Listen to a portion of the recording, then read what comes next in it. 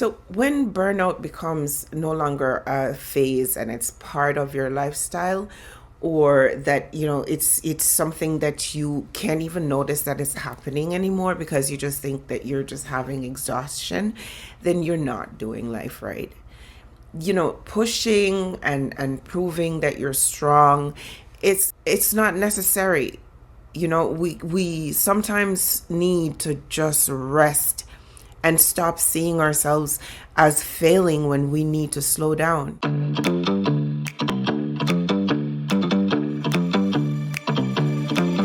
Yeah.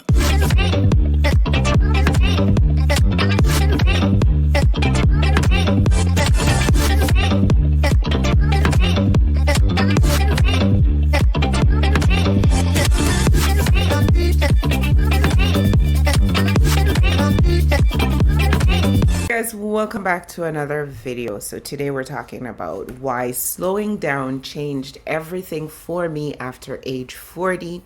And another change that I'm noticing off topic is how thin my skin is getting. I just got from outside and it is so cold. Like normally the winter is, you're dressed for it, you're ready for it, your skin thickens and you feel like you're ready for it. But now I find as I'm in perimenopause, it just feels like my skin is getting thinner. I'm always cold. Is it just me? Are you guys noticing it? If you're in your late 40s, if you're in your 50s, if you're having these symptoms, perimenopause symptoms, do you notice that? Just wondering. I used to think that resting was lazy, but now I see rest as a time for power.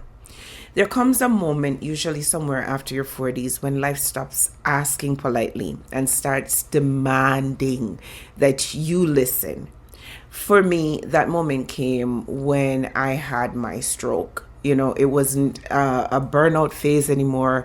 I was noticing that this was the burnout lifestyle was a part of my personality. I was always so tired. I was always telling everybody how busy I was. And it almost became a badge of honor to be as busy and to be as burnt out as I was, because then it seemed as if I was being more productive, if that makes sense. There's a cultural lie that says, being busy means that you're worthy. And many of us are taught that, the more that we do, the more we matter. To be busy is to be valuable, or to be businesslike. And that if we are resting, then we are lazy or we're replaceable. And the truth is that if your worth is depending on your productivity, then you'll never feel worthy enough, because there's always going to be somebody who can do more than you. You see, stillness forced me to confront the lie of busyness. So there are times too when your body starts telling you the truth. I started waking up feeling really tired deep inside my bones. Like it didn't matter how much I slept. I could not just shake the feeling of tiredness. It was like my body was pleading with me to just slow down, And so it gifted me the stroke, where I was laid up in a hospital for 10 days having to stop, right? And we don't want those gifts. We don't necessarily want those gifts where the universe is like, well, okay, you're not listening. Okay, I'm gonna make you listen, right? See, if you just didn't push through and you just sat and breathed and listened to your body, you will hear it telling you that you can't bloom if you never stop planting, or if you never stop digging. Stillness has taught me that peace isn't really passive. I've said this before on this channel. It's a powerful, powerful choice, right? Stillness is where you bloom. In stillness and silence, you get to see, you can be introspective and see where you're going wrong, or where you're building up burdens for yourself, or where you're just causing blockages. And then you can re-engineer or reverse engineer the setup that you have and do something different. So when you slow down, things will change. Once you embrace the stillness, You stop chasing people who weren't meant for you, you know, products or processes, or I don't know why I'm doing the P's, but you stop chasing down things that weren't meant for you, right? You start looking for more peace, more alignment. You also start to recognize what is nourishing you. You can take the time to slow down enough to see what is causing you joy. You know, if it's a hell yes, or if it feels grounded or not guilty, or, you know, just certain things that make you feel like this is right for me, this is nourishing me, this is feeding me. You also start learning to pause and not feel guilt, that you are deserving of peace, of pause, of a moment to just ponder your life. I'm doing the P's again. I don't know what's going on. So, being able to ground yourself and not be guilty because you had a break, you know, you can take time to be creative.